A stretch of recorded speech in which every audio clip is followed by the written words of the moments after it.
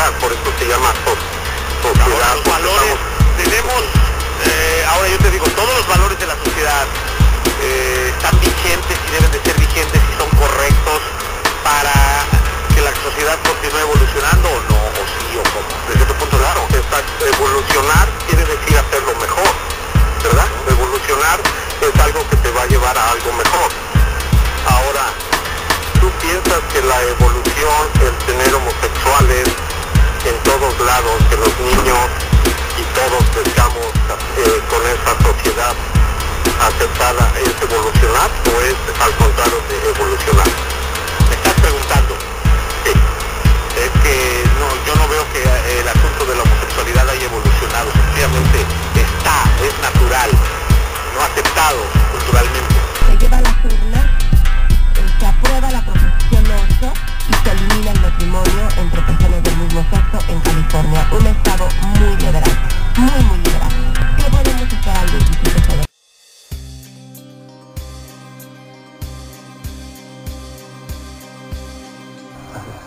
Quiero decir algo que se me hace muy importante aquí, miren. Muchas personas cuando nos escuchan hablar de estos temas, y especialmente quienes se hallan de aquel lado de la fila o de la línea, nos llaman homofóbicos, ¿no? Nos pintan como personas que tenemos odio, y eso no es cierto. O sea, yo creo que una persona que ha optado por este estilo de vida, pues es su decisión lo que él ha hecho, y no se le odia, de ninguna manera se le odia, ¿verdad? Pero sí, y toda la vida se va a hacer, se le llamará al arrepentimiento, porque Jesucristo fue lo que vino a hacer, a llamarnos a arrepentidos, porque el reino de Dios se ha acercado. Es decir, que hay un llamamiento claro a alinear nuestra conducta a la verdad de Dios para poder experimentar lo que Él tiene. Entonces, no subestimemos. Mira, yo cuando, hace poquito te cuento rápido, ¿no? Había dos pastores aquí, uno en Pasadena y uno en Glendale, que decidieron no casar a nadie a partir de la decisión de la Suprema Corte de Justicia de sostener la proposición 8. Y decían, como no les dan derecho a ellos y nosotros somos muy buenos, entonces no vamos a casar a nadie porque se nos hace injusto. Y yo digo, Dios mío, es increíble este concepto tan errado del amor de Dios y de la igualdad. Y yo le decía la otra vez a uno de ellos, ¿no?, que tuvimos un pequeño debate, ¿no? Decía, el diferenciar no es discriminar. Usted es gay, yo no. Entonces, esa es una diferencia. Y yo, al decirlo, no lo discrimina, sencillamente es una clasificación, como hay solteros, como hay viudas, como hay lo que hay, cada persona tiene su propia definición. Entonces, que ustedes llamen a la diferenciación discriminación es algo absurdo, número uno. Y número dos, el amor de Dios nunca nos deja como estamos, nos ama tanto que precisamente no nos quiere dejar como estamos. Entonces el Señor ama tanto al homosexual que le dice, ven al arrepentimiento para que experimentes la verdadera identidad que tú tienes y que yo te di. Entonces, tenemos que entender este concepto porque no hay ninguna agenda homofóbica de que los odiamos y no, o sea, nada que ver. Ellos actualmente, bajo el Código Familiar de California, en el apartado 197.5, tienen todos los mismos derechos, así dice ahí, que las parejas heterosexuales casadas. Entonces, no es una cuestión de derechos, por favor. Es una cuestión de violar un concepto fundamental que atenta contra la verdad y que priva la moral, lo cual es muy peligroso, y la trascendencia de eso, hermanos queridos, es muy peligrosa. Vamos a hacer una pequeña pausa y vamos a ir con todos ustedes que están en las líneas. No queremos pues dejar de escuchar sus comentarios. Estamos aquí en Buenas Nuevas para la Familia, su amigo el consejero familiar Néstor Gómez, Carlos Ortega, ustedes lo conocen de La Jornada. Estamos regresando en unos momentitos más, no se vayan. ¿Qué tal, amigos? Aquí estamos de regreso en nuestro programa Buenas Nuevas para la Familia. Es su amigo el consejero familiar y pastor Néstor Gómez. Como siempre, un gusto tenerles aquí con nosotros. Les agradecemos de verdad que nos acompañen, que estén con nosotros. Y el día de hoy estamos hablando aquí con nuestro amigo Carlos Ortega. Ustedes lo conocen en La Jornada. Está aquí siempre hablándonos, comentándonos noticias de mucha trascendencia. Y es esta promulgación presidencial en la que se exige, ¿verdad?, que del presupuesto federal se les den dinero y beneficios médicos a las parejas homosexuales y lesbianas. Y eso causa en nosotros un sentido de indignación, y nos evidencia muchísimo más la tendencia gubernamental que nos ha dolido desde que este presidente está en el poder, desde antes obviamente. Y bueno, estamos aquí comentando asuntos muy importantes, amigas, porque tenemos que estar informados como iglesia. Uno de nuestros grandes problemas a veces, la verdad, es la ignorancia. No sabemos, y como no sabemos, dicen que el que no sabe es como el que no ve. Entonces vivimos así a ciegas, y a veces no nos damos cuenta y pasan muchas cosas y estamos sencillamente permitiendo que sucedan. Carlos, quisiera ir con algunas preguntas del auditorio porque yo sé que hay mucha gente ya esperando. Tenemos a Sergio ahí en San Diego. Vamos a pedirle por favor que nos...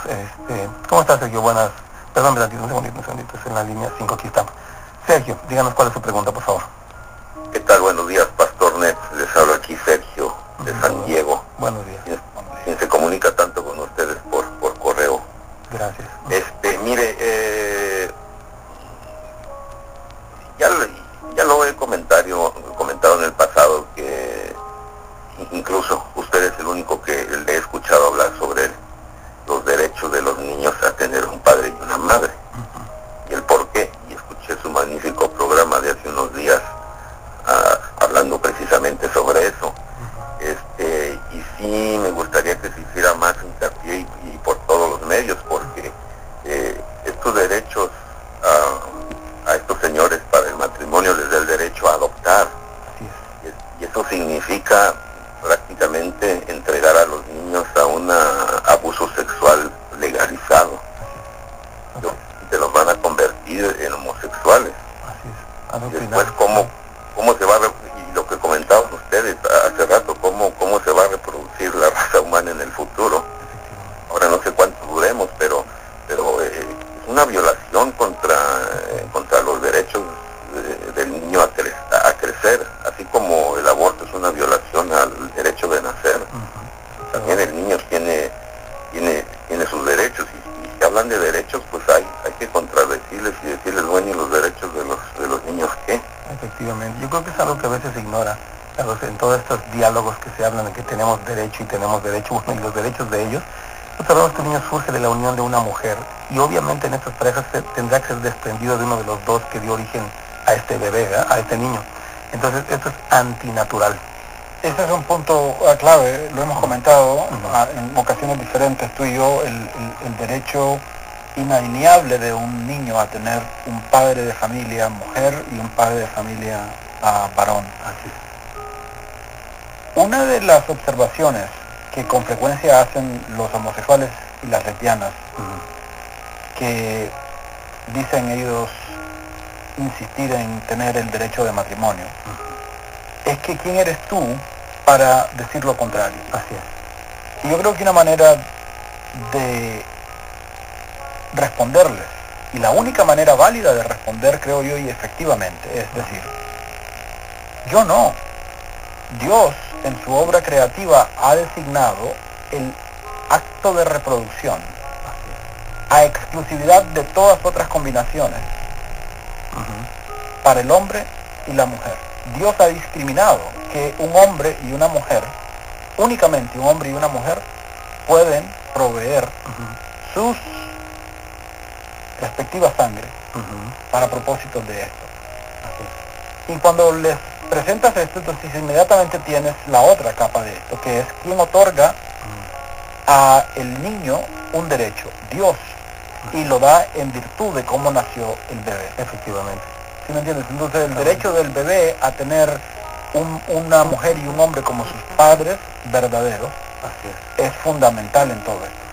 Y lo que decíamos ese día que lo mencionaste ahorita, ¿no? Que es lo que la feminidad y la masculinidad aportan para el desarrollo de la personalidad del niño, de su involucramiento con el mundo, su percepción de la vida, su percepción del sexo opuesto, su percepción de su sexo propio, es fundamental. Y yo creo, como bien lo dice Sergio, es una parte que tenemos que seguir enfatizando como cristianos en los medios masivos, traer este argumento fundamental también dentro de este debate para mí tan nonsense, ¿no? Porque realmente es increíble que tengamos que decir que lo obvio es obvio, ¿no? En fin, pero muchas gracias, Sergio, por la llamada. Muy buen comentario.